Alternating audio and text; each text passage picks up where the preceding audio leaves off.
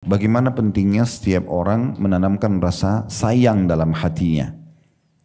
Yang dia dahulukan, dia penuhi hatinya dengan rasa sayang, rasa kasihan, rasa peduli.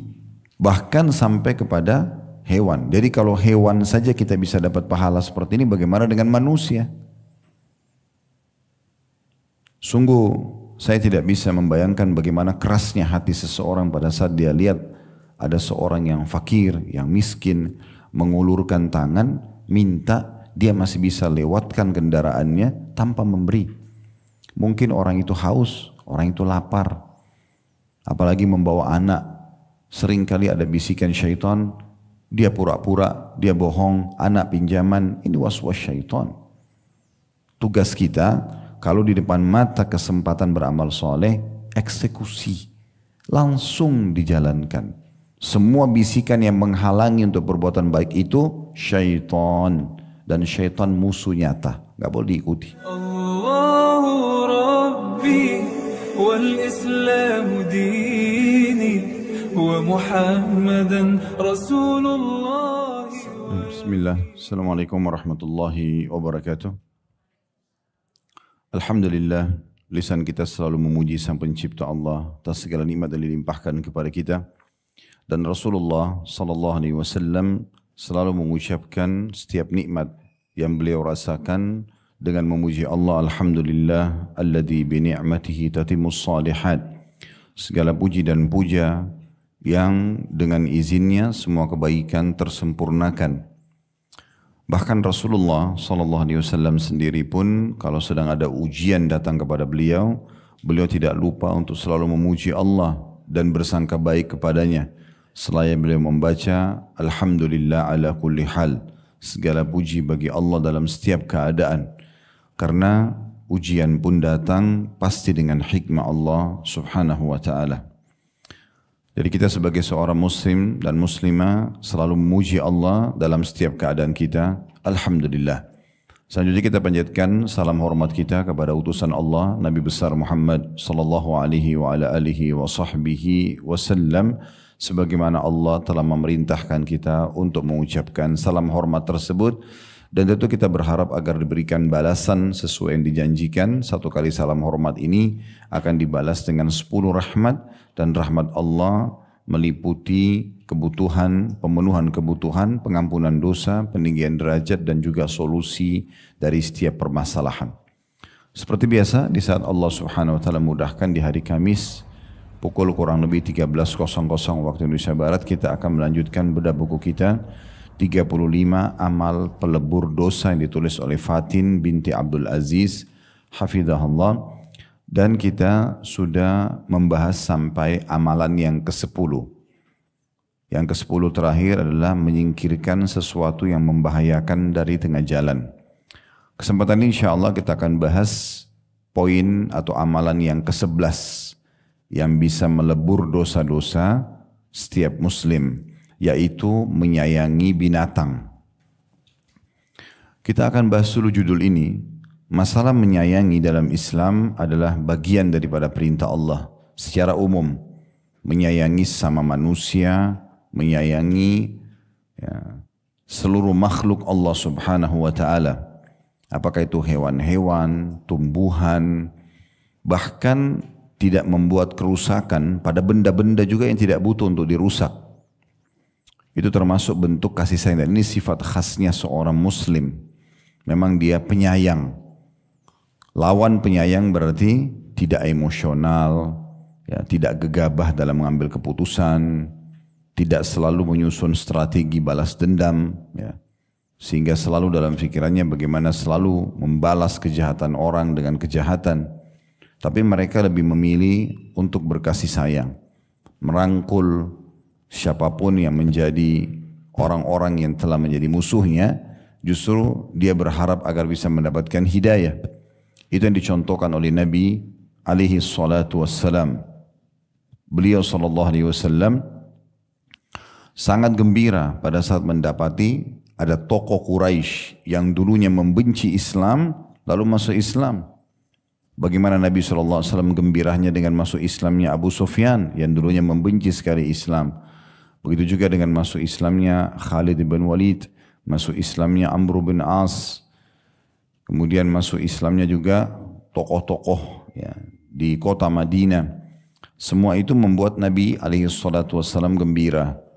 Karena bagi seorang muslim adalah bagaimana orang yang tadinya melakukan kejahatan itu mendapatkan hidayah dan berubah menjadi orang yang lebih baik dari sebelumnya. Dan daripada hanya sekedar balas dendam, misalnya ada orang yang berbuat kejahatan kepada kita, kita mengatakan, ya Allah binasakan dia, ya Allah butakan matanya misalnya, atau apalah. Maka itu murni balas dendam. Kalau kita terzalimi, Allah akan kabulkan itu. Tapi setelah itu selesai. Tidak akan ada sesuatu yang bisa kita dapatkan. Sangat beda halnya dengan kalau kita justru mendahulukan keimanan kita. Doakan orang yang tidak membayar utang itu agar dapat hidayah membayar utangnya. Doakan agar orang yang terus mengganggu kita, menyakiti kita agar diberikan hidayah dan menyadari kesalahannya. Doakan orang-orang yang membenci Islam agar mereka dapat hidayah dan masuk Islam. Dan seterusnya. Kapan Allah Subhanahu wa ta'ala terima doa tersebut dan akhirnya mereka dapat hidayah, maka kita akan mendapatkan dua hal di situ. Kita mendapatkan orang ini akan memberhentikan serangan-serangan buruknya kepada kita atau kepada Islam. Lalu kemudian juga kita akan panen pahala semenjak dia mendapatkan hidayah itu. Jadi ini poin yang berhubungan dengan masalah sayang dan saling menyayangi. Di sini saling menyayangi teman-teman sekalian, kalau umum tadi, kalau yang khusus ini juga perlu difahami adalah menyayangi orang-orang yang bisa memunculkan rasa cinta seperti kepada pasangan hidup, kepada kedua orang tua, kepada anak-anak. Nah, cuma ini ada batasannya.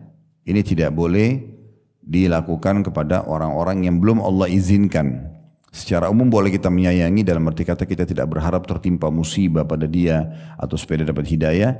Tapi kalau ada hubungan khusus ini hanya kepada orang-orang yang Allah izinkan saja. Itu lingkupnya. Kemudian kalau selain manusia, ini masih dalam judul kita, selain manusia kita disuruh selalu berkasih sayang juga pada hewan-hewan misalnya. Nah ini perlu difahami ya, menyayangi hewan bukan berarti harus memeliharanya. Jangan difahami oh menyayangi hewan berarti kita sekarang pulang dari sini terus kita sibuk di rumah kita penuh dengan segala jenis hewan yang kita pelihara. Bukan sedang membahas masalah pemeliharaan hewan. Menyayangi bukan memelihara. Menyayangi artinya tidak mengganggu, tidak menyakiti, ya. Memberikan haknya hewan-hewan tersebut sebagaimana dalil yang akan kita bacakan sebentar lagi insyaallah. Misalnya kita temukan hewan yang kehausan, yang kelaparan, lalu kita berikan kepada hewan tersebut kebutuhannya misalnya, tanpa harus memeliharanya. Nah itu yang dimaksud dengan menyayangi. Jadi saya ulangi lagi, bukan menyayangi dengan cara memelihara. Karena kalau memelihara itu berapa banyak yang akan kita pelihara? Seekor kucing kah? Atau 10 ekor kucing atau 100 ekor kucing misalnya. Yang benar adalah kita menyayangi dengan cara memberikan perhatian. Kita misalnya lihat di pinggir jalan ada seekor kucing lagi mencari induknya misalnya. Kemudian kita lihat dari kejauhan ada induk kucing mungkin yang tidak dijangkau oleh mata anak kucing ini, kita kemudian bawa mendekatkan si anak tadi kepada ibunya misalnya. Atau kita temukan ada hewan yang kelihatan, misalnya hewan itu haus, lapar, lalu kita berikan makanan. Nah itu yang dimaksud dengan menyayangi di sini. Itu yang dimaksud dengan menyayangi di sini. Dan ini juga ada batasan dalam menyayangi hewan, kalau hewan-hewan itu dasarnya dibolehkan untuk dibunuh. Ya. Ada hewan yang boleh untuk dibunuh. Ya. Beda hewan yang disembelih ya. Dibunuh ini berarti memang dimatikan tanpa harus dimakan gitu ya. Karena itu nanti akan ada hewan-hewan tersendiri berhubungan dengan masalah ini. Sebagaimana sabda Nabi SAW tentang berhubungan dengan 5 jenis hewan yang dianjurkan untuk dibunuh. Khamsun minad dawabi kulluhunna fasiqun yuqtalna fil harami. Dalam riwayat lain dikatakan wal hillah. Maksudnya adalah 5 jenis hewan semuanya adalah hewan-hewan yang berbahaya, hewan buruk yang harusnya dibunuh, baik atau termasuk di wilayah haram. Wilayah haram itu kayak Mekah, Madinah. Itu kan kalau dalam hadis tentang kemuliaan 2 wilayah ini nggak boleh dibunuh hewannya, nggak boleh dicabut pohonnya. Tetapi ada pengecualian 5 jenis hewan ini. Kata Nabi SAW yang pertama adalah al-ghurab. Dan ghurab itu maksudnya burung gagak. Ya. Kemudian yang kedua wal-hida'ah. Ya. Ini adalah burung Raja Wali. Kalau terjemahan kita. Yang ketiga wal-aqrab. Kalajengking. Yang keempat wal-fa'rah. Tikus. Kemudian wal kalbul aqur. Yang kelima adalah anjing yang ganas, suka menyerang. Orang tidak buat salah pun selalu diganggu. Nah itu hadis ini riwayat Bukhari. Ini hewan-hewan yang dibolehkan untuk dibunuh. Dalam riwayat lain tentang masalah cecak. Ya. Di mana Nabi SAW mengatakan siapa yang membunuh cecak itu maka dia akan mendapatkan 100 pahala. Nah, tentu banyak jabaran para ulama tentang kenapa, gitu kan. Tapi yang jelas tanpa ada bahasan kenapa pun kita sebagai seorang muslim menjalankan saja. Aisyah radhiyallahu anha pernah punya sebuah cambuk khusus untuk membunuh cecak misalnya. Nah itu yang disebutkan di dalam hadis. Ya. Ada juga riwayat yang lain menyebutkan tentang masalah ular. Ya. Ular pun dianjurkan untuk dibunuh. Hanya saja ada tata caranya. Ada tata caranya. Ya. Kalau ular itu masuk ke dalam rumah, maka dalam hadis disebutkan dianjurkan agar setiap orang di antara kita memerintahkan dia dulu untuk pergi. Mengatakan keluarlah dari rumah ini. Karena kadang-kadang jin itu menjelma menjadi ular. Jadi dengan kita bahasakan pergilah, maka berarti dia golongan jin yang disuruh pergi dia akan keluar dari rumah. Tapi kalau tidak, dia tidak mau keluar berarti memang dia murni hewan dan di saat itu kita bisa minta tolong siapa yang bisa mengambilnya, tapi kalau dia berbahaya maka boleh dibunuh, gitu ya. Nah ini pengecualian. Baik, kita akan masuk teman-teman sekalian membaca apa yang ditulis oleh penulis di sini berhubungan dengan masalah menyayangi hewan. Saya berharap tadi poin-poin ini sudah bisa difahami ya dalam pembukaan kita tadi. Jadi menyayangi berarti tidak menyakiti.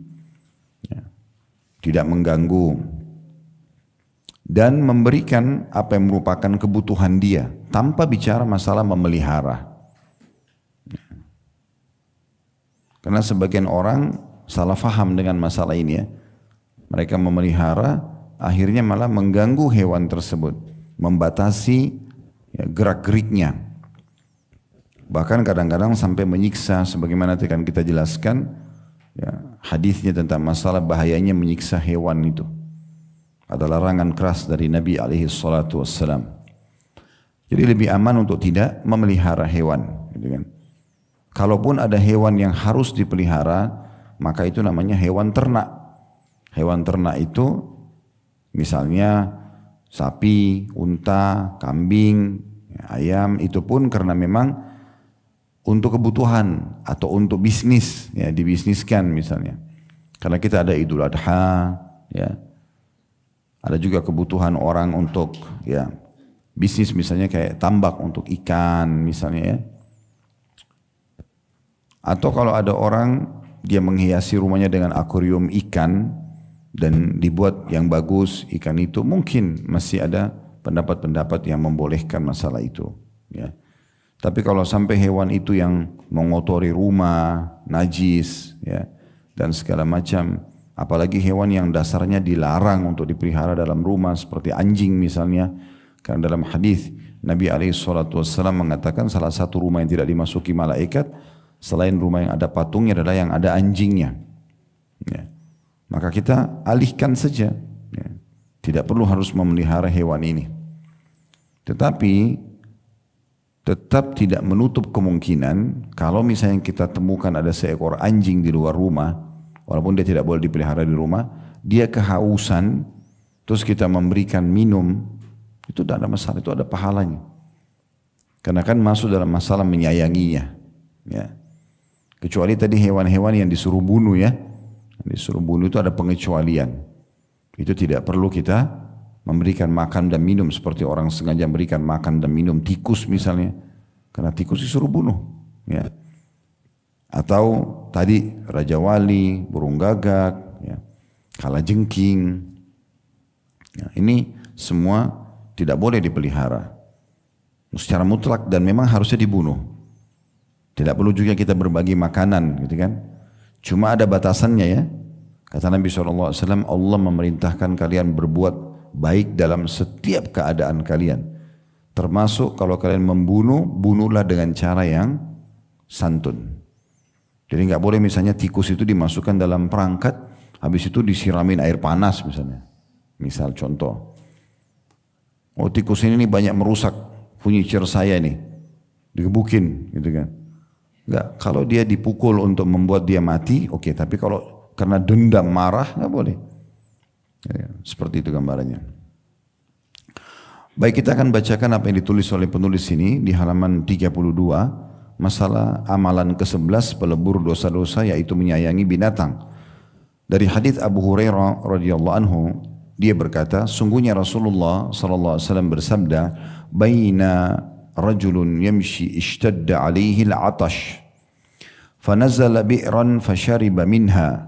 ثم خرج فإذا هو بكلب يلحث يأكل الثرى من العطش فقال لقد بلغ هذا مثل الذي بلغ بي فملأ خفه ثم أمسك بفيه ثم رقي فسقى الكلب فشكر الله له فغفر له قالوا يا رسول الله وإن لنا في البهائم أجرا قال في كل ذي كبد رطبة أجر.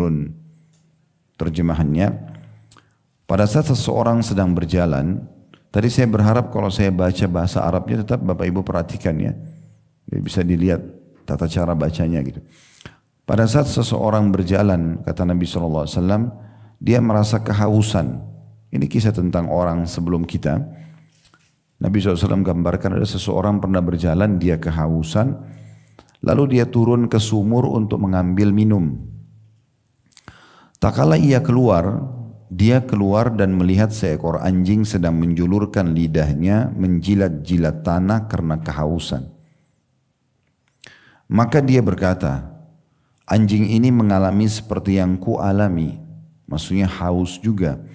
Lalu dia memenuhi sepatunya dengan air dan mengangkatnya dengan mulutnya, maksudnya dia mencopot satu sepatunya, dia turun ke sumur, diisi air karena wadah yang paling mudah pada saat itu karena belum ada juga wadah di sumur itu tidak ada wadah untuk bisa mengambil air dengan timba atau yang sejenisnya, maka dia mencopot sepatunya diisi air lalu dia gigit dengan mulutnya.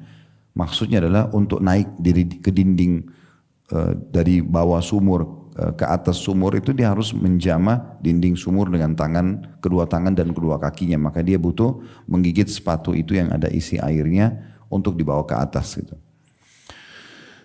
Lalu ia naik dan memberi minum anjing tersebut. Maka Allah pun berterima kasih kepadanya dan mengampuni dosa-dosanya. Para sahabat bertanya, wahai Rasulullah, apakah kita akan mendapatkan pahala atas kebaikan kita terhadap binatang? Maka Nabi SAW menjawab, pada setiap hati yang masih basah ada pahala. Maksudnya hewan-hewan yang hidup begini pun bukan benda mati, ada pahalanya. Allah berterima kasih kepadanya dan mengampuninya, tanda kutip. Makna potongan hadis ini adalah maksudnya Allah menerima amalnya. Tadi dia sedekah dengan air kepada anjing tersebut. memberi pahala dan mengampuni dosa-dosanya karena kebaikan pada hewan tadi. Kalimat tanda kutip setiap hati yang masih basah dari hadis. Karena pada saat sahabat tanya, ya Rasulullah, apakah kami akan mendapatkan pahala dari hewan-hewan? Kata Nabi SAW, di setiap hati yang basah ada pahala. Maksudnya adalah setiap binatang yang masih hidup. Binatang hidup disebut dengan berhati basah karena kalau mati hati dan tubuhnya mengering. Itu maknanya. Dari hadis ini juga, teman-teman sekalian, kita bisa coba ambil faedah dulu dari hadis ini.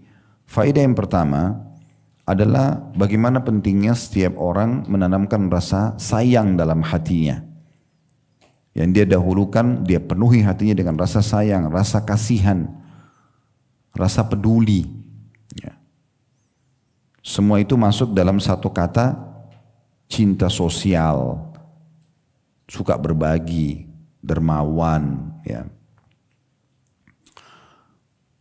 Bahkan sampai kepada hewan. Jadi kalau hewan saja kita bisa dapat pahala seperti ini, bagaimana dengan manusia? Sungguh saya tidak bisa membayangkan bagaimana kerasnya hati seseorang pada saat dia lihat ada seorang yang fakir, yang miskin, mengulurkan tangan, minta, dia masih bisa lewatkan kendaraannya tanpa memberi. Mungkin orang itu haus, orang itu lapar, apalagi membawa anak. Seringkali ada bisikan syaitan, dia pura-pura, dia bohong, anak pinjaman, ini waswas syaitan. Tugas kita, kalau di depan mata kesempatan beramal soleh, eksekusi, langsung dijalankan. Semua bisikan yang menghalangi untuk perbuatan baik itu syaitan, dan syaitan musuh nyata, nggak boleh diikuti. Kasih saja. Nanti dia bohong Ustaz, itu urusan dia sama Tuhannya. Innamal a'malu binniyat. Semua akan dibalas dengan niatnya. Niat kita sedekah, Allah akan balas pahala. Niat dia menipu, Allah punya cara menghukumnya. Kita tidak diciptakan oleh Allah SWT untuk menjadi penilai, pengawas untuk orang lain. Ini sudah kita bahas. Kita jalankan tugas kita. Udah begitu aja. Dan selalu jadi baik aja. Bahkan pada orang yang berbuat jahat sama kita sekalipun. Kita akan dibalas oleh Allah SWT dengan niat kita mau berbuat baik pada orang itu. Dia akan dibalas dengan niat jahatnya. Ibu dan bapak tidak usah khawatir, oh saya kalau tidak balas dendam nanti enak benar dia. Enggak, bukan tugas kita membalas. Tuhannya akan balas. Kalau kita apa sih?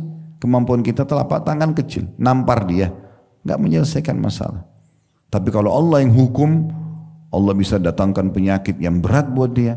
Allah bisa bangkrutkan usahanya, biarkan Tuhannya.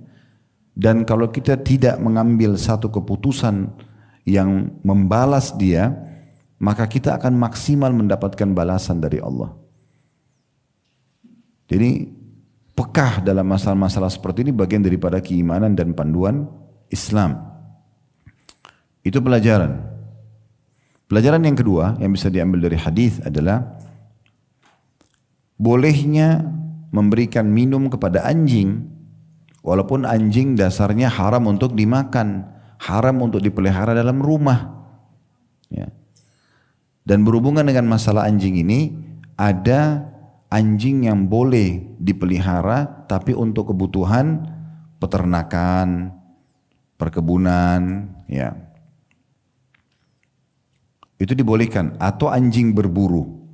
Jadi kalau kita berburu, biasanya ada orang berburu dipakai anjing berburu, ya. Setelah menembak burung misalnya jatuh, maka anjing itu datang mengejarnya, gitu kan. Itu masih ada yang membolehkan. Atau yang masih dibolehkan anjing seperti ini. Tapi intinya walaupun dia haram untuk dimakan, haram dipelihara dalam rumah, tapi tetap boleh berbuat baik pada dia. Nah, beda dengan tadi hewan yang kita sebutkan 6 jenis tadi atau 7 jenis hewan, ya. Tikus tadi, ya, kemudian burung gagak, burung raja wali, kemudian kalajengking, ya. Apalagi tikus tadi, ular tadi ada rinciannya, ya, ya, ya. Kemudian juga cecak, ya. Itu berbeda. Itu pun adabnya adalah membunuh dengan cara yang santun. Membunuh dengan cara yang santun. Tidak boleh kita seperti orang yang sangat liar, sangat beringas. Sifat orang mukmin tidak seperti itu. Hewan yang disembeli pun sama, harus dengan santun. Sembeli kambing, sembeli ayam, sembeli sapi, unta. Kalau lagi Idul Adha misalnya kita mau berkurban, semua itu harus dengan tata cara yang baik. Nabi SAW perintahkan untuk menajamkan pisau, tidak boleh memperlihatkan pisau pada hewan tersebut, gitu kan? Tidak mengganggunya pada saat sedang makan, tidak menyeretnya supaya dia merasa sakit. Sampai pernah ada sahabat waktu dia mau sembeli dombanya ditidurin di tanah, perutnya diinjak sama dia sambil dia ngasap pisau. Domba itu ngelihatnya. Waktu Nabi SAW lewat, Nabi mengatakan, apa kau ingin membunuhnya 2 kali? Kenapa harus seperti ini? Kenapa kau enggak asap pisau ini sebelumnya? Sembunyikan, ditenangkan hewan tersebut, kemudian disembeli, seakan-akan dia tidak menyadarinya. Nah begitu bentuknya. Dalam sembelihan pun, padahal hewan itu sebentar lagi kita akan cincang-cincang juga dagingnya, gitu kan? Akan dikuliti kulitnya, tapi tetap dibuat dia mati dulu dengan tenang, baru kemudian kita proses. Nah seperti itu bentuk kasih sayang yang luar biasa dalam Islam. Itu pelajaran yang kedua. Pelajaran yang ketiga dari hadis adalah pentingnya seseorang itu mengejar pengampunan dan juga rasa syukur kepada Allah Subhanahu wa taala. Terbukti orang ini mendapatkan pengampunan dengan dia memberikan minum anjing tadi. Dan salah satu sifat mulia Allah adalah Allah maha menilai pengorbanan hambanya. Tidak usah khawatir kalau tidak ada yang puji Bapak Ibu dalam perbuatan baik kita, atau orang yang sedang kita beri tidak berterima kasih, nggak penting buat kita. Pujian manusia sepanjang lidahnya, nggak penting. Balasan dari Allah yang kita kejar. Dan sering kali datang ujian-ujian. Di antara ujian terhadap harta adalah kalau kita memberi orang tidak berterima kasih, kita berikan utang tidak dibayar, itu ujian hartanya. Ya udah itu, sebagaimana nikmat sedang datang kita syukuri, ini ujian sedang datang kita bersabar. Menerima keputusan Allah Subhanahu wa taala sambil ikhtiar, oke. Tapi kita menerima keputusan Allah Subhanahu wa taala. Dan tidak ada sesuatu yang lebih mahal teman-teman sekalian dibandingkan pengampunan dosa. Karena sumber permasalahan kita adalah semuanya dosa. Kapan dosa itu dimaafkan sama Allah, berarti kita akan menerima fasilitas yang sudah Allah berikan kepada orang yang tidak berdosa, ya. Sekaligus juga kita akan selamat dari hukuman yang bisa menimpa kita karena dosa tersebut. Pelajaran yang keempat yang terakhir adalah Allah memberikan pahala kita di setiap yang memiliki ya, jantung atau hati, ya, hati yang basah, maksudnya yang masih hidup. Ya. Sebagian ulama ada yang menambahkan dalam masalah ini pohon-pohon, tumbuh-tumbuhan. Jadi nggak boleh Bapak Ibu iseng berdiri di bawah sebuah pohon sengaja cabutin daunnya. Itu kalau kayak manusia dijewer. Ngapain cabut daunnya? Untuk apa? Kalau daun itu dicabut karena kita mau buat masak sayuran, mungkin. Daun bidara untuk dipakai ruqyah, mungkin. Itu pun dengan cara yang baik, gitu kan. Tapi ada orang kadang-kadang iseng gitu. Nggak ada salahnya pohon itu, tapi sengaja dibakarlah, diganggu, kenapa gitu? Itu juga makhluknya Allah Subhanahu wa taala. Allah ciptakan. Allah ingin kita menanamkan rasa sayang kita kepada segala sesuatunya. Bahkan yang luar biasa, saya pernah temukan sebuah riwayat dari Umar radhiyallahu anhu, saking penyayangnya beliau sampai beliau sayang dengan tanah benda mati kalau bagi kita. Dalam satu riwayat, waktu umat Islam sudah menguasai Mesir di tahun 20 Hijriah, dipimpin oleh Amr bin As radhiyallahu anhu, itu dibawa kekuasaannya Umar bin Khattab. Beliau berkuasa dari tahun 13 sampai tahun 23 Hijriah. Di tahun 20, 3 tahun sebelum beliau meninggal, radhiyallahu anhu, itu pasukan Muslim dipimpin Amr bin As menembus Mesir dan menguasai Mesir pada saat itu. Amr bin As ini orang yang adil, diangkat sebagai wali kota pada saat itulah, kalau kita wali kota sekarang untuk atau gubernur di wilayah Mesir, Afrika Utara. Beliau memperhatikan kebutuhan masyarakat. Nah, salah satunya adalah sumber minum masyarakat di kota Kairo dan sekitar Mesir itu adalah Sungai Nil. Pernah dengar Sungai Nil ya? Sungai Nil. Dari Sungai Nil.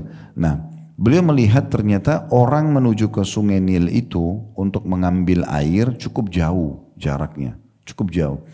Maka Amr bin As punya inisiatif. Bagaimana kalau dia buat saluran air, tanahnya dibuat lubang, buat saluran air, karena waktu itu mereka belum punya pipa, yang memudahkan memperdekat supaya air Sungai Nil mengalir memperdekat untuk masyarakat pada saat itu. Tepatnya di kota Kairo kalau kita sekarang.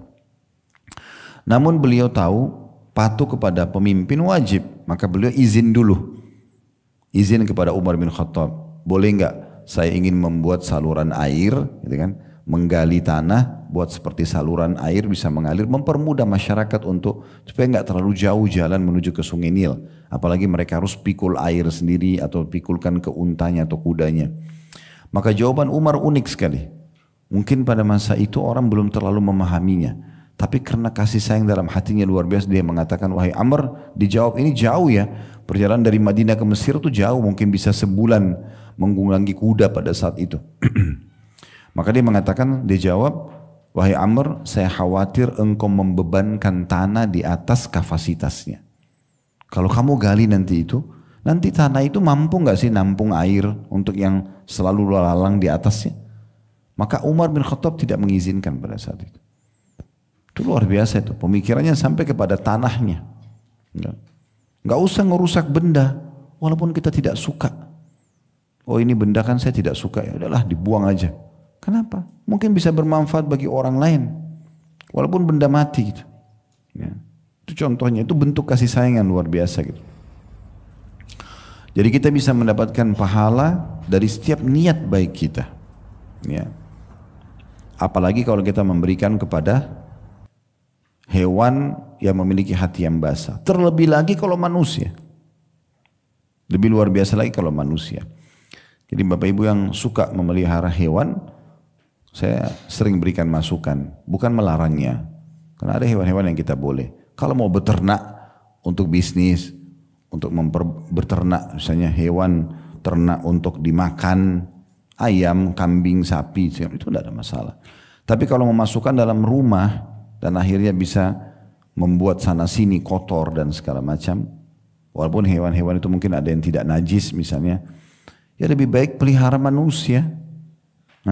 Anak yatim misalnya. Kalau hewan tidak bisa hafal Quran, tidak bisa sholat, anak yatim bisa hafal Quran, bisa sholat. Bahkan Nabi SAW mengingatkan kepada kita, ya, salah satu yang bisa melunakkan hati manusia adalah memelihara anak yatim atau memberikan perhatian, juga mengusap kepala mereka. Dalam satu riwayat, mengusap kepala anak yatim itu, setiap helai rambut yang dilewati oleh telapak tangan kita dinilai pahala. Kalau kita usap kepalanya begini, berapa ribu pahala yang kita dapatkan. Dan kata Nabi SAW, sebaik-baik rumah adalah yang ada anak yatimnya.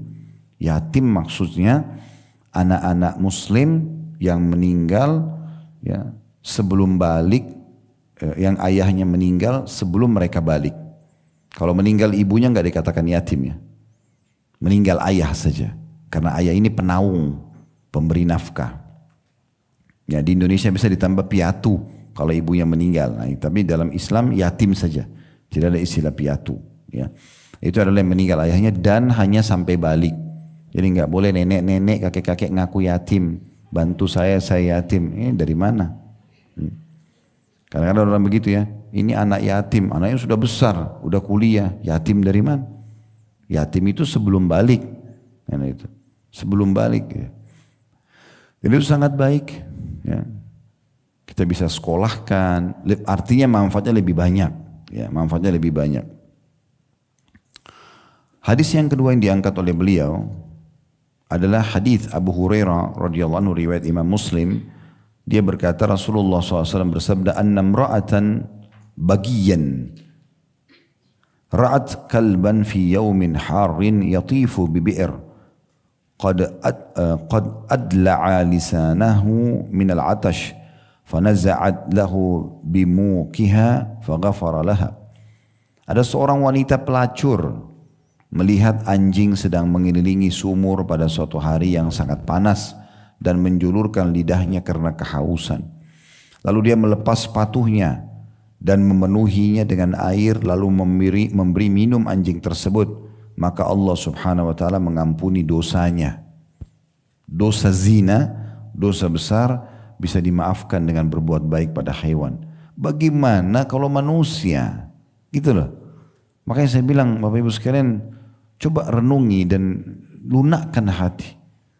Jangan sampai ada satu manusia pun yang minta kita tolak. Salah satu ciri Nabi Muhammad SAW kalau diminta beliau kasih. Dal innamal a'malu binniyat. Semua sesuai dengan niatnya. Niat kita sedekah kita dapat pahala. Niat dia menipu dia dihukum sama Allah. Bukan kita. Tidak usah mulai segala sesuatu dengan sangka buruk. Oh ini bohong, oh ini menipu, ini minta terus. Masalah minta terus itu ujian kita, itu ujian harta. Salah satu ujian harta, seringnya orang minta bantuan. Kalau kita lolos, oke, justru kita rangkul, baiklah kebutuhannya apa, saya penuhi. Setiap bulan saya akan kasih. Justru kita jadikan dia sebagai kantong pahala kita, lulus tuh. Makin besar rezekinya akan datang. Tapi kalau kita marah-marah, berkeluh susah, kita pernah bahas itu bab sedekah ya. Masih ingat waktu kita baca surah Al-Baqarah ayat 161 sampai 174, tidak boleh menyakiti perasaan si penerima. Kan? Tidak boleh menyebut-nyebutnya. Kan gitu. Itu ujian harta. Kita akan diuji oleh Allah Subhanahu wa taala. Di masa Nabi Muhammad SAW ada satu kejadian pernah Allah menguji para sahabat. Waktu turun salah satu ayat dari surah Al-An'am tentang tidak bolehnya mereka memakan hewan buruan pada saat lagi ihram. Orang kan kalau lagi ihram tidak boleh berburu hewan darat. Di masa dulu tidak seperti kita sekarang, orang naik pesawat sudah disiapin makanan, naik bus sudah bisa mampir ke restoran manapun kita ingin makan, kita bisa bawa bekal banyak. Masa dulu orang nggak bisa. Perjalanan jauh, bisa berminggu-minggu, berbulan-bulan. Jadi kadang-kadang kalau kehabisan bekal mereka berburu hewan darat. Tapi khusus orang yang sedang ihram, mau umrah, mau haji nggak boleh. Waktu awal turun ayat ini, Allah datangkan ujian. Apa ujiannya? Ini sahabat Nabi diuji. Allah datangkan hewan-hewan buruan di dekat-dekat mereka.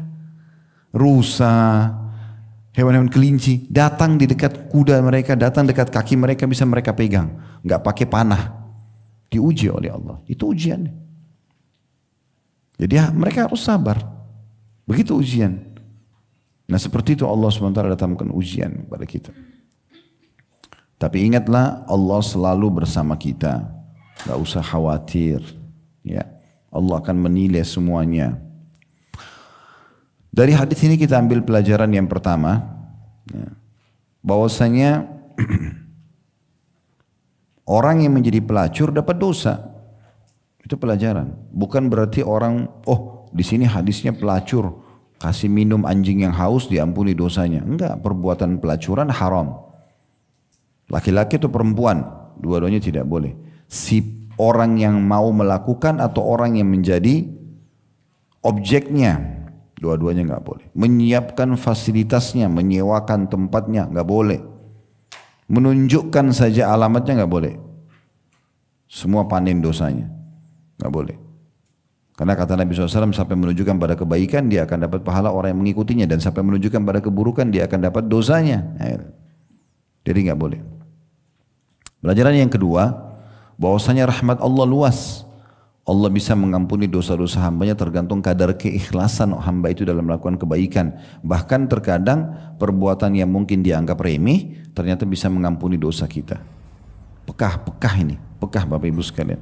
Pengajian seperti ini itu sudah cukup harus masuk di telinga kanan, nyantol di hatinya. Jangan keluar telinga kiri lagi. Oh iya saya dengar, oh begitu. Udah selesai bubar, nggak diamalin, nggak, jangan. Mulai sekarang kalau bubar ada orang minta kasih. Ada orang yang butuh, jadikan kantong pahala kita. Gak usah peduli dia bohong atau tidak, itu bukan urusan. Orang itu minta terus, justru bantu dia jadikan sebagai kantong pahala kita. Justru begitu. Kalau tidak ada orang miskin yang minta, kira-kira kita mau dapat pahala dari mana? Gitu. Kan gitu. Sempit sekali nanti lingkupnya kalau kita hanya bisa saling membantu sama-sama orang kaya. Dalam dua hadis ini Dikatakan sini dalam dua hadis ini sangat dianjurkan berbuat baik kepada seluruh makhluk sampai terhadap binatang. Karena dengan kebaikan ini seseorang akan mendapatkan pahala yang sangat besar.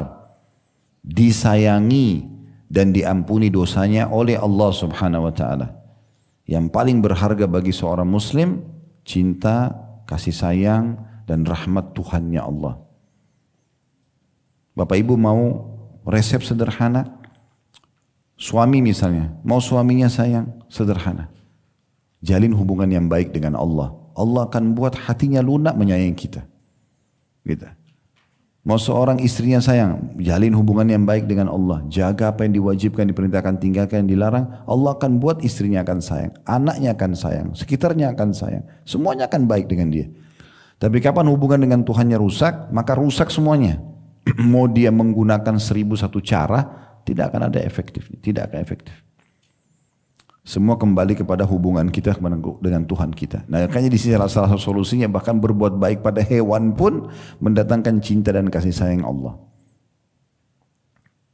Imam At-Tabarani meriwayatkan dalam Al-Mu'jam Al-Awsat. Al-Mu'jam Al-Awsat nama buku ya.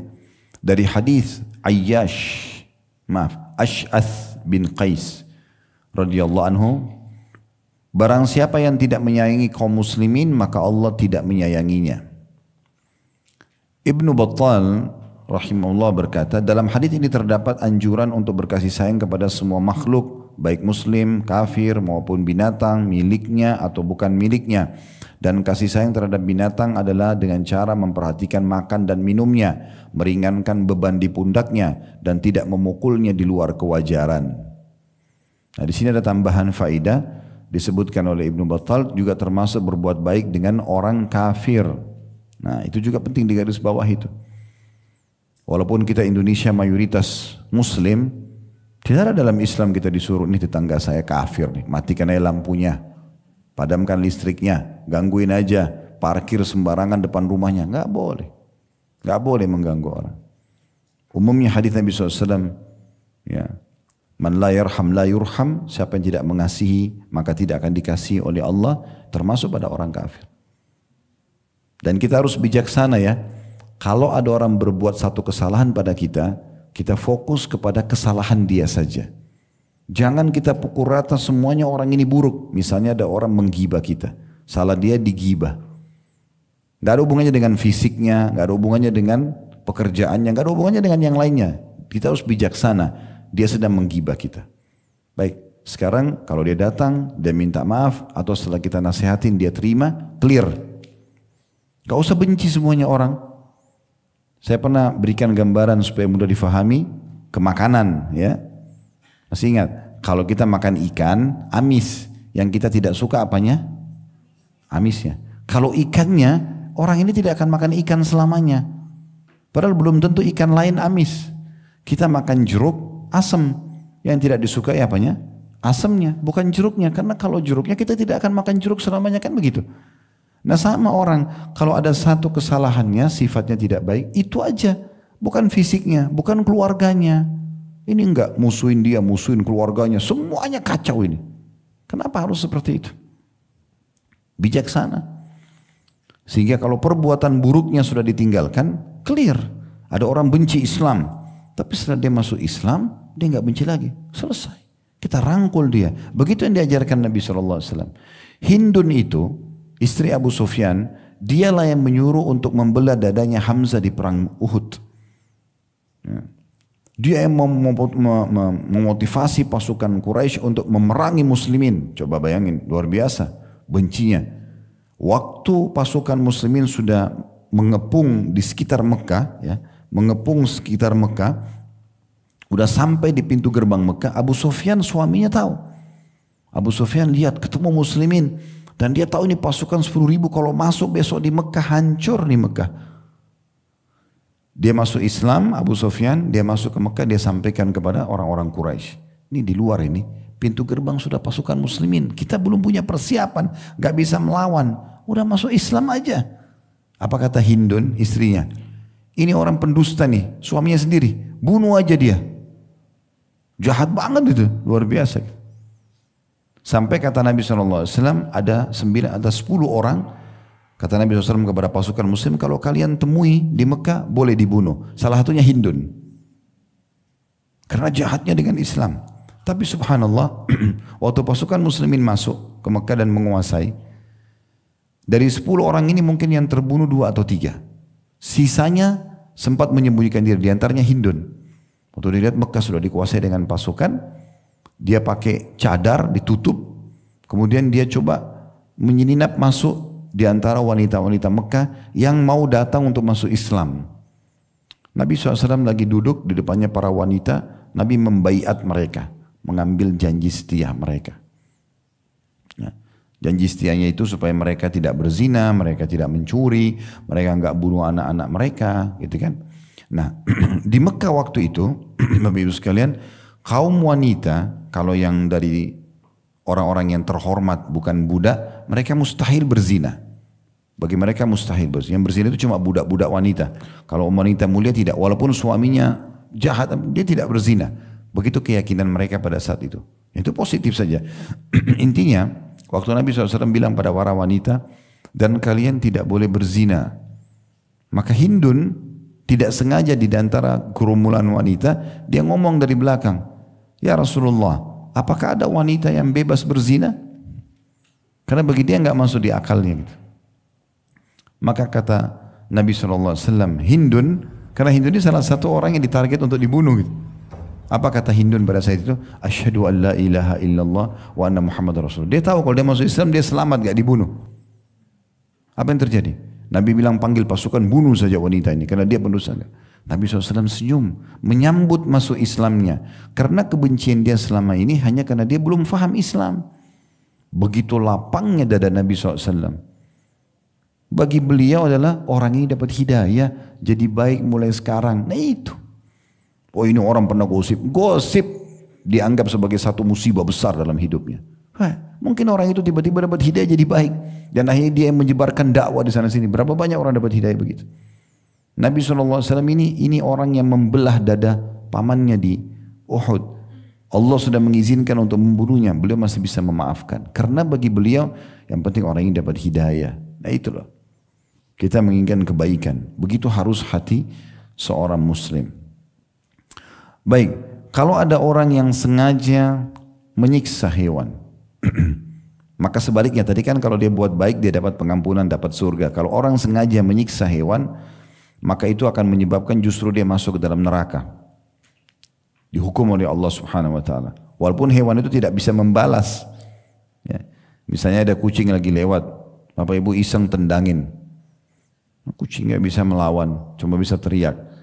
Ingat Tuhan kita sama.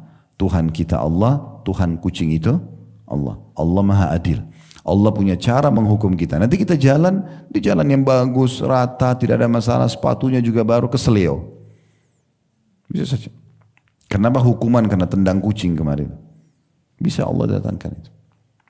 Dalam sebuah hadis Bukhari Muslim disebutkan, ini sudah tidak ada di buku kita, ini tambahan informasi ya.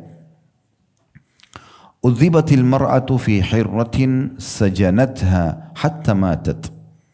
Ada seorang wanita yang disiksa oleh Allah SWT karena kucing yang dikurungnya sampai mati. Dia marah dengan kucing itu, dimasukin ke satu kamar, dikunci. Fadakhalat fiha an-nar, maka dia dimasukkan dalam api neraka karena kucing itu.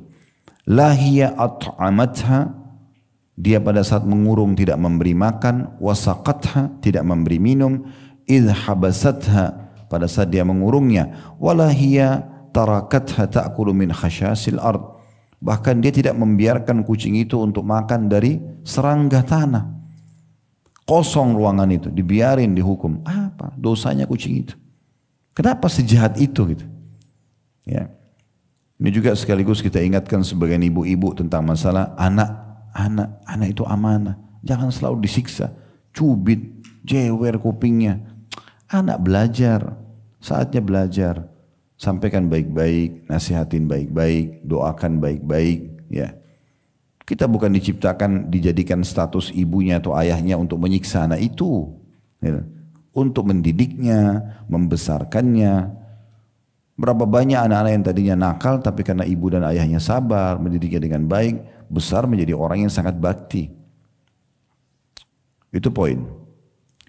Baik, ada hal yang ingin saya tambahkan dalam masalah ini, penting sekali, dan saya berharap Bapak Ibu memiliki buku ini ya. Buku ini sudah kami bedah sebenarnya di YouTube.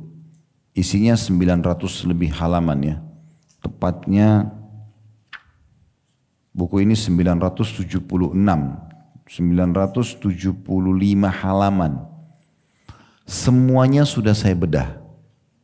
Dari awal sampai akhir. Kecuali satu bab warisan aja. Ini saya selalu sarankan Bapak Ibu punya di rumah. Dijadikan sebagai kamus Islam. Karena apapun Bapak Ibu mau di buku ini ada. Ada bab tentang akidah, bagaimana mengenal Allah. Ada bab tentang adab, tata krama. Ada bab tentang akhlak, karakter-karakter Islam. Ada bab tentang fikih ibadah, sholat, dan seterusnya. Ada fikih muamalah. Ya. Maksudnya fikih muamalah itu tentang jihad, tentang jual beli. Ini lengkap, hampir 1000 halaman. Harganya tidak seberapa ini. Saya tidak tahu pas harganya, tapi mungkin tidak akan lebih dari harga makan siangnya Bapak Ibu. Buku ini saya sarankan untuk semua, bukan cuma jemaah kita di sini, semua jemaah saya yang sudah ikutin di medsos dan di pengajian offline ataupun online untuk punya buku ini. Namanya Minhajul Muslim. Ya. Ya kalau sudah alhamdulillah. Kalau yang belum punya, saya usahakan bisa dimiliki ya. Saya juga sudah minta sama teman-teman tim untuk menyiapkan di depan untuk mempermudah. Dan nanti kalaupun sudah punya, bisa dibeli untuk dihadiahkan kepada keluarga, kolega, teman-teman. Ini buku sangat bagus.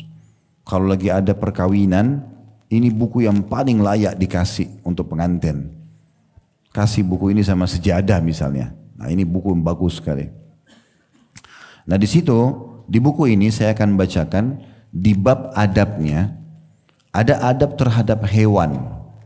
Ada adab terhadap hewan ya. Di halaman 211 saya akan bacakan. Kata Syekh Abu Bakar Jazair rahimahullah, seorang muslim beranggapan bahwa kebanyakan hewan adalah makhluk mulia. Maka dari itu ia menyayanginya karena Allah sayang kepada mereka dan ia selalu berpegang teguh kepada etika dan adab-adab berikut ini. Ini adab kepada hewan menurut Syekh Abu Bakar Jazair rahimahullah. Yang pertama, memberinya makan dan minum apabila hewan itu lapar dan haus. Karena Rasulullah SAW bersabda, fi kulli dhati kabidin harrati ajr. Pada setiap yang mempunyai hati yang bisa kehausan terhadap pahala dengan berbuat baik padanya. Hadis riwayat Bukhari. Kemudian juga hadis man la yarham la yurham. Barang siapa yang tidak berbelas kasih niscaya tidak dibelas kasihi. Hadis Bukhari juga. Kemudian kata Nabi SAW hadis selanjutnya, irhamu man fil ardi yarhamkum man fis sama. Sayangilah siapa saja yang ada di bumi ini, niscaya zat yang ada di langit akan menyayangimu. Hadis Bukhari Muslim. Ini poin pertama. Memberikan makan dan minum hewan yang lapar. Adab yang kedua, menyayangi dan mengasihinya. Sebab Rasulullah SAW telah bersabda kepada para sahabat yang menjadikan burung sebagai sasaran memanah. Jadi pernah ada sahabat sengaja taruh burung untuk jadikan latihan memanah, sasaran memanah. Beda kalau kita burung lagi terbang, kita berburu untuk dimakan, itu boleh. Tapi kalau ditaruh, diikat, jadi sasaran panah enggak boleh. Kata Nabi SAW, la'anallahu man ittakhadha syai'in fihi ruhun gharada. Allah melaknat orang yang menjadikan sesuatu yang bernyawa sebagai sasaran. Manusia sengaja ditaruh, pasti sasaran, enggak boleh. Beliau juga, hadis ini diriwayatkan Bukhari Muslim. Beliau juga telah melarang mengurung atau mengikat binatang ternak untuk dibunuh dengan dipanah atau ditombak dan sejenisnya. Ya, seperti di Spanyol yang biasa sengaja dilemparin, disiksa, jadikan sebagai bahan tontonan, itu tidak boleh. Ya. Dalam Islam kita bicara ya. Karena beliau SAW bersabda, man faja'a hadhihi biwaladiha ruddu waladaha ilaiha. Siapa gerangan yang telah menyakiti perasaan burung ini dengan mengambil anaknya, kembalikan anak-anaknya kepadanya. Jadi pernah ada satu induk burung di hadapan Nabi lewat, burung itu kayak sedang bukan berkicau saja, tapi kayak lagi berkeluh kesah, lagi kayak nyari Kita kan kadang-kadang sebagai manusia walaupun tidak paham bahasa hewan, kita tahu kucing itu atau burung itu kayak sedang mengeluh sesuatu. Ya. Ternyata Nabi SAW menangkap burung ini sedang kehilangan anaknya. Maka Nabi SAW bersabda kepada para sahabat, kembalikan, siapa yang telah memisahkan induk burung ini sama anaknya, kembalikan anaknya. Ya. Beliau juga mengatakan hal tersebut setelah beliau melihat seekor burung berputar-putar mencari anak-anaknya yang diambil dari sarangnya oleh seorang sahabat. Hadis ini riwayat Bukhari. Ada riwayat lain, Bapak Ibu sekalian, yang juga perlu kita renungi bersama-sama di poin tentang masalah memberi makan, berkaitan sayang dengan hewan. Kata Nabi SAW, "Idza sirtum fi ardi hasbatin fa'utud dawabi fa'utud dawabba hadzaha wa idza sirtum fi ardi majdabatin fanju 'alaiha." Artinya hadis ini riwayat Al-Bazzar dengan hadis dengan sanad sahih. Kata Nabi SAW, apabila kalian melakukan perjalanan di tanah yang subur, maka berilah binatang tunggangan haknya. Mampir di situ sejenak, biarkan dia makan, biarkan dia minum, kemudian baru lanjutkan perjalanan. Dan apabila kalian berada di tanah yang tandus, percepatlah perjalanan. Supaya jangan hewan itu haus, nanti butuh tidak ada air. Percepat perjalanan. Juga dalam sebuah hadis, ya, ini hadis sahih tentang mukjizat Allah Subhanahu wa taala kepada Nabi Muhammad sallallahu alaihi wasallam. Beliau bisa memahami bahasa hewan. Beliau bisa memahami bahasa hewan. Hadis ini hadis sahih diriwayatkan oleh Abu Daud. Hadis ini disebutkan dari Abdullah bin Ja'far radhiyallahu anhu, fadakhala haitan lirajulil ansar fa idza jamal falamma ra'a an-nabi sallallahu alaihi wasallam hanna wa dharafat aynahu. Satu hari pernah Nabi SAW masuk ke dalam satu perkebunan milik orang Ansar, perkebunan kurma. Kemudian Nabi SAW melihat seekor unta. Yang unta itu pada saat melihat Nabi SAW tiba-tiba bersuara seperti ngomong dengan Nabi dan melinangkan air mata. Untanya nangis, gitu kan. Fa'atahu Nabi sallallahu alaihi wasallam famasaha dhifrahu fasakat. Maka Nabi sallallahu alaihi wasallam mendekati unta tadi, kemudian mengusap bagian belakang kepalanya, dan akhirnya unta itu pun diam. Faqal, maka Nabi SAW bersabda, man rabbu hadzal jamal, liman hadzal jamal, siapa pemilik unta ini? Ya.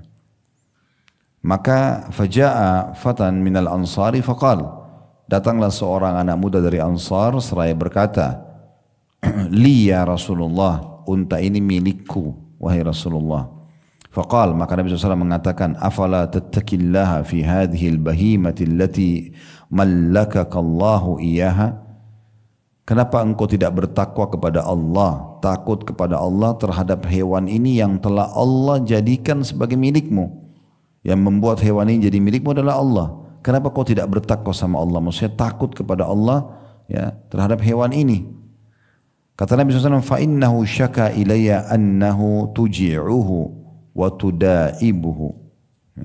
Sesungguhnya hewan ini mengeluh, annaka tuji'uhu, bahwasanya engkau ya, memukulnya atau membuatnya kelaparan, maaf. Dan juga tud'ibuhu. Tud'ibuhu ini maksudnya membuatnya lelah. Di sini kita bisa lihat dalam riwayat ini bagaimana Nabi alaihi salatu wassalam menegur pemilik unta tadi karena terlalu membebankan di luar kapasitasnya dan menyiksa hewan itu. Menyiksa hewan itu. Dan jangan lupa teman-teman sekalian, semua nanti akan ada hisabnya pada hari kiamat. Hati-hati. Termasuk dari hewan-hewan ini ya. Umar bin Khattab radhiyallahu anhu pernah melihat seseorang sengaja memikulkan di atas untanya barang-barang di atas kemampuannya. Kelihatan sekali ini bebannya berat, gitu kan, di atas unta. Maka Umar memukul pemilik unta tersebut sebagai hukuman. Dan beliau mengatakan, mengapa kamu mengangkut barang di atas untamu sesuatu yang dia tidak mampu melakukannya. Jadi Umar sebagai pemimpin itu menghukum. Pernah dengar sahabat Abu Darda radhiyallahu anhu? Pernah dengar nama ini? Ya. Abu Darda ini punya seekor unta, dia kasih nama Dimun. Ya. Dia pernah bilang pada saat beliau mau meninggal, dia bicara sama untanya. Abu Darda bilang sama untanya, wahai Dimun, jangan kau mengadukanku besok di hari kiamat di sisi Robku. Aku tidak pernah membebanimu kecuali apa yang kamu mampu saja. Ini athar sahih.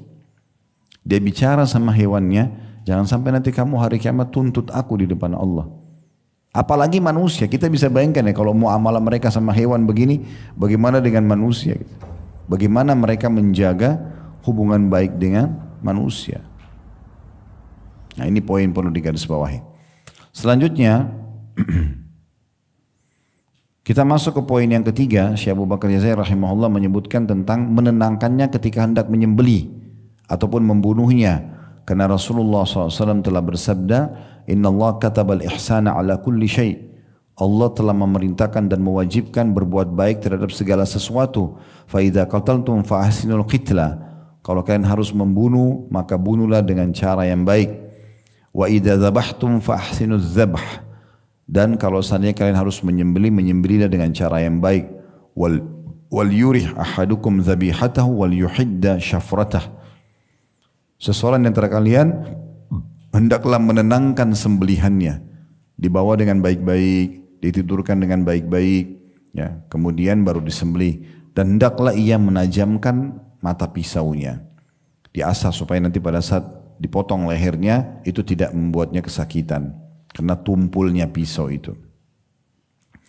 Hadis ini diriwayatkan oleh Imam Muslim. Selanjutnya, ya, beliau menyebutkan tentang tidak boleh menyiksa, dan ini sudah kita sebutkan tadi hadisnya tentang wanita yang dihukum oleh Allah Subhanahu wa taala karena menyiksa seekor kucing sampai mati. Yang kelima, beliau menyebutkan tentang boleh membunuh hewan yang mengganggu seperti anjing buas, ya, serigala, ular, kalajengking, tikus dan lain-lain. Lalu beliau menyebutkan tadi hadis khamsu fawasiqu tuqtalna fil hilli wal haram. 5 hewan yang fasik atau yang mengganggu yang boleh dibunuh di tanah halal maupun di tanah haram, di Mekah Madinah atau di luar Mekah dan Madinah. Lalu beliau sebutkan al-hayyatu, ular. Sudah kita rincikan tadi kalau ular ada hukumnya, ya. Kemudian al-ghurabul abqa, burung gagak yang putih punggungnya dan perutnya. Kemudian wal fa'rah, tikus. Wal kalbul aqur, anjing buas. Wal hudaya atau raja wali. Tadi sudah kita tambahkan ada kalajengking dan ada cecak, berarti 7 hewan.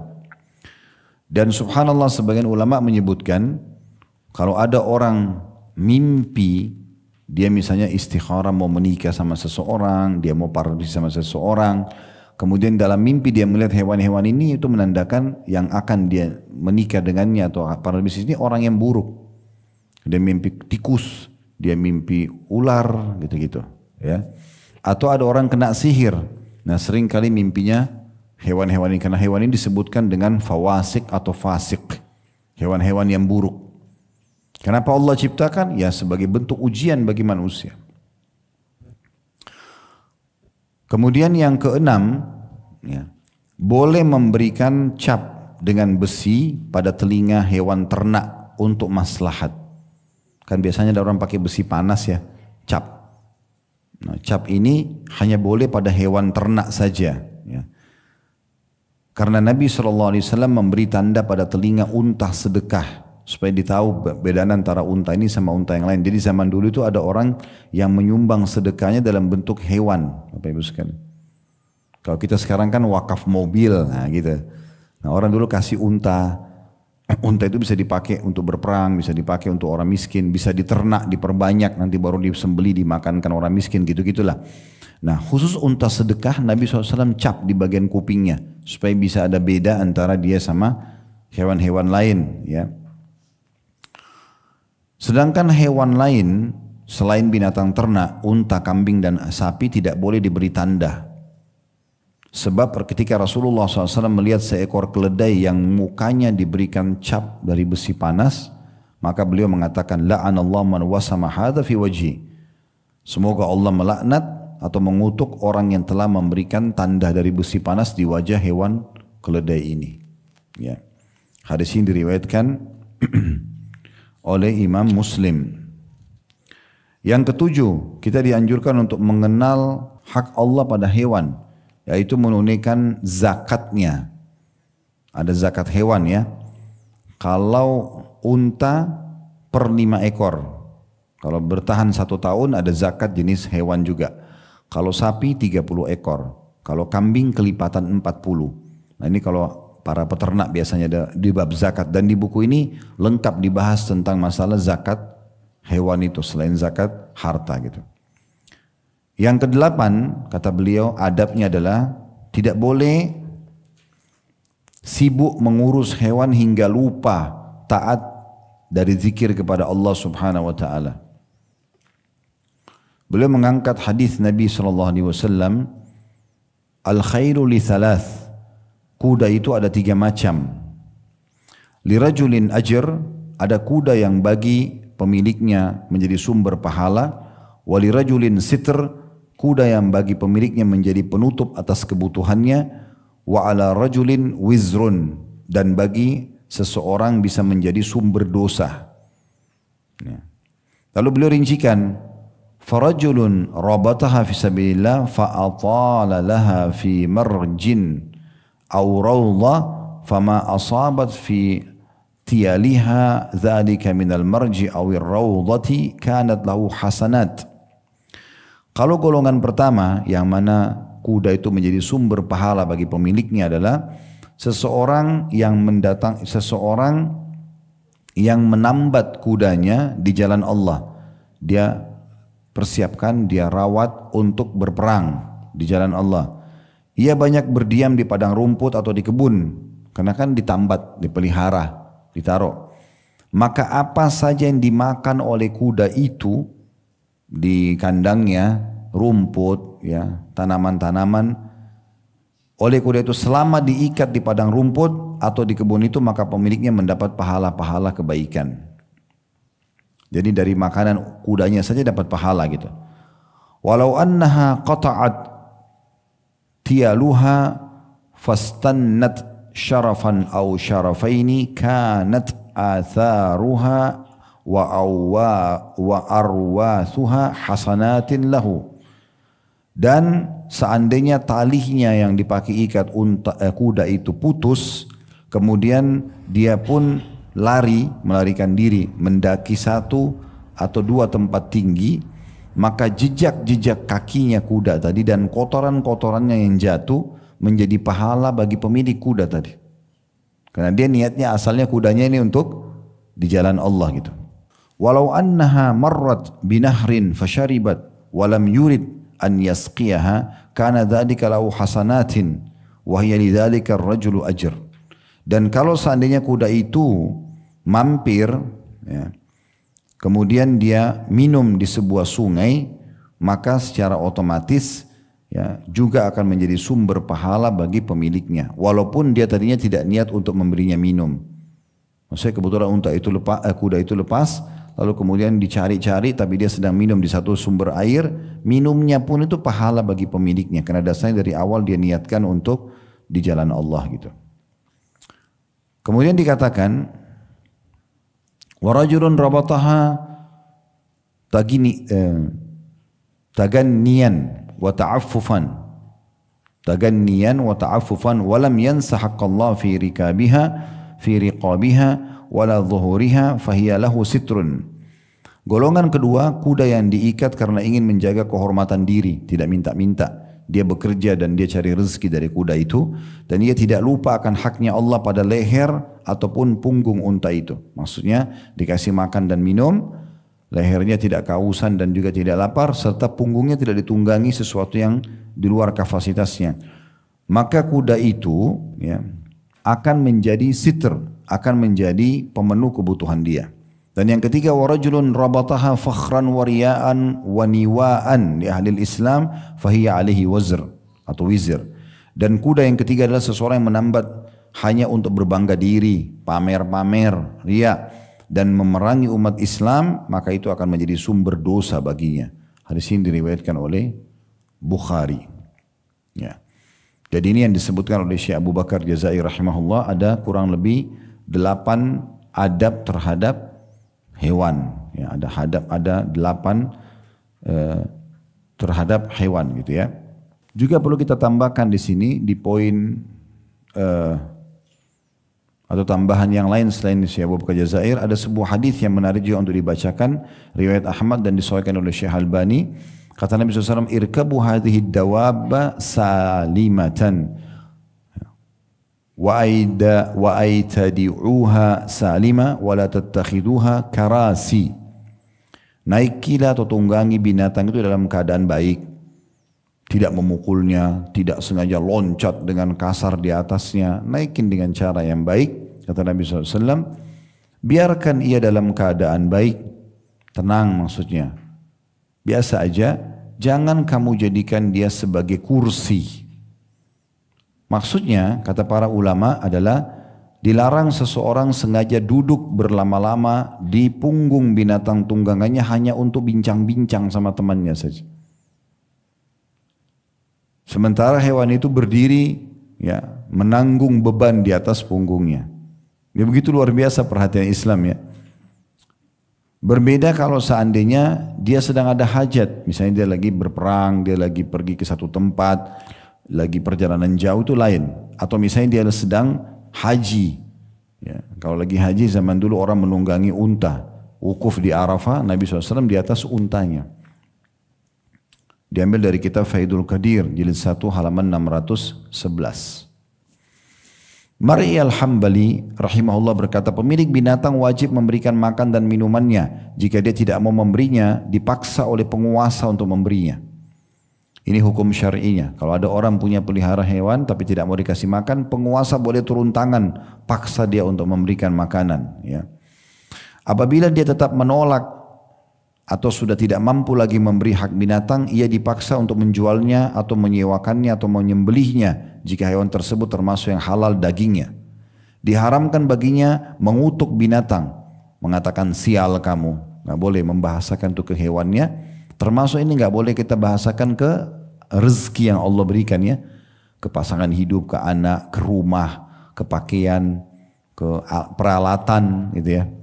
Ada orang kena jengkel sama seseorang, handphonenya jadi pelampiasan. Apa hubungannya handphone? Salahnya apa? Ya. Membebarinya dengan sesuatu yang memberatkan, memerah susunya sampai memudaratkan anaknya, memukul dan memberi cap pada wajahnya. Diharamkan pula menyembelinya apabila tidak untuk dimakan, hanya untuk dijadikan bahan mainan aja, sembeli dibuang aja. Ya, itu semua hukumnya tidak boleh. Itu dibahas oleh para ulama fikih. Ada lagi yang lebih sensitif. Ibnu As-Subki rahimahullah berkata, ketika menyebutkan tentang tukang bangunan yang biasa menembok dengan tanah dan semisalnya. Ya. Beliau mengatakan termasuk kewajiban tukang bangunan ialah tidak menembok suatu tempat kecuali setelah memeriksanya, apakah ada binatang atau tidak. Engkau sering melihat kebanyakan pekerja bangunan itu terburu-buru menembok, terkadang mengenai sesuatu yang tidak boleh dibunuh kecuali untuk dimakan, seperti burung kecil dan semisalnya. Dia membunuh binatang itu dan memasukkannya ke dalam lumpur tembok, dan dengan demikian ia telah berkhianat kepada Allah dari sisi binatang tersebut. Ini sensitif sekali bahasanya gitu. Yang terakhir adalah perkataan Syekh Abu Ali bin Rahal. Beliau berkata, terjemahannya langsung saja, apa yang disebutkan tentang bolehnya mengurung burung dan semisalnya hanyalah apabila tidak ada bentuk menyiksa, membuat lapar dan haus meski tanpa sengaja, atau mengurungnya dengan burung lain yang akan mematuk kepala burung yang sekandang, seperti yang dilakukan oleh ayam-ayam jantan apabila berada di kurungan, sebagaimana mematuk yang lain ya, sebagian mematok yang lain, sampai terkadang yang dipatok itu mati. Ini semua menurut kesepakatan ulama adalah haram. Jadi sengaja mengurung hewan satu jenis, burung sama burung, ayam sama ayam, tapi ini selalu yang satu tersiksa terus oleh temannya, itu nggak boleh. Itu aja hukumnya haram. Ya, dan itu dikatakan disepakati oleh para ulama. Nah ini bahasanya luar biasa gitu ya, berhubungan dengan masalah hewan. Dan sampai sini bahasan kita insya Allah. Terima kasih waktunya. Wassalamualaikum warahmatullahi wabarakatuh.